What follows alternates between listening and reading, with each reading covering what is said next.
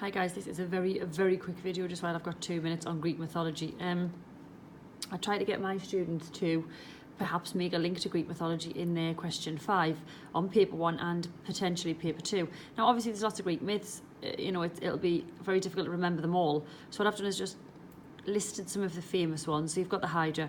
Now the Hydra is like a massive serpent slash lizard slash dragon type of creature, and every time you chopped off one of its heads it would grow 2 in its place. So obviously metaphorically there you've got this idea of an issue worsening.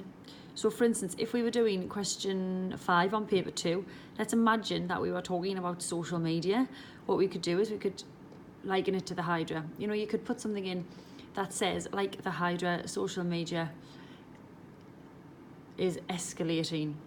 And what you can do is make that an extended metaphor throughout. You could link it back. Obviously that will apply to any issue that's worsening over time. And what we tend to find in question 5 is that we do have issues to discuss. You can also use the Hydra in creative writing as well. Again, look at this idea of something growing. We have to do creative writing. So could that link to the image or the story you're writing? Medusa's obviously very famous. She has venomous snakes as hair. She turns you to stone when you look at her. Originally she was supposed to be a beautiful woman, and obviously there's a long story about her punishment there. But consider that. Also, when you chop Medusa's head off, she still has the ability to turn you to stone.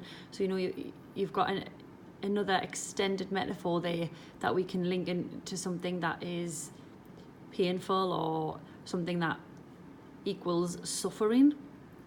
Snakes are also connotations of something sly and something cunning. So again, you've got that.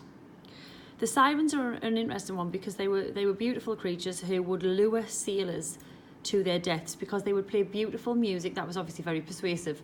The soldiers would follow the music. The sailors would follow the music, and what would happen was they would lead them to their death. So this alluring, persuasive music that they were playing would always lead the sailors to a shipwreck. So obviously, again, think about persuasion. Where in the modern world do we get persuasion? Well, propaganda, through the media. So again, can you link that to the sirens? The harpies were half human, half bird, and what they done was they would torture vulnerable people. So in one of the most famous stories of the harpies, they have a blind man on an island and they lay out a buffet of food for him. And when he tries to eat it, obviously they just keep moving the food away so that he's starving. So now with the harpies, you've got a metaphorical link to suffering, to almost like a bullying notion of picking on those that can't defend themselves. The Minotaur's a straightforward one, the bull that's in the middle of the maze that needs to be killed. He's a feared creature, isn't he? He can defend himself, he can fight, he's got a weapon.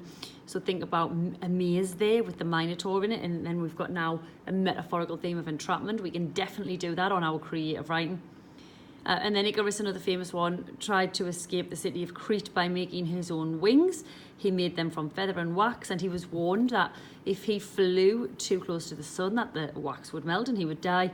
And he didn't listen to the warnings and the advice he was given, and naturally he flew too close to the sun and obviously plummeted to his death. So in Icarus, we've got this idea of people not taking heed of important warnings and not listening to advice. So again, that is going to slot straight into question 5.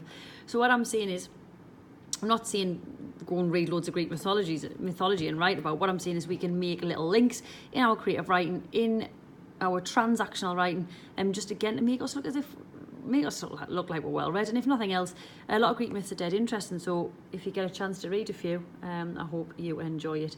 Again, apologies for the quality, it's just while I had a couple of minutes spare. Massive good luck in your English exams.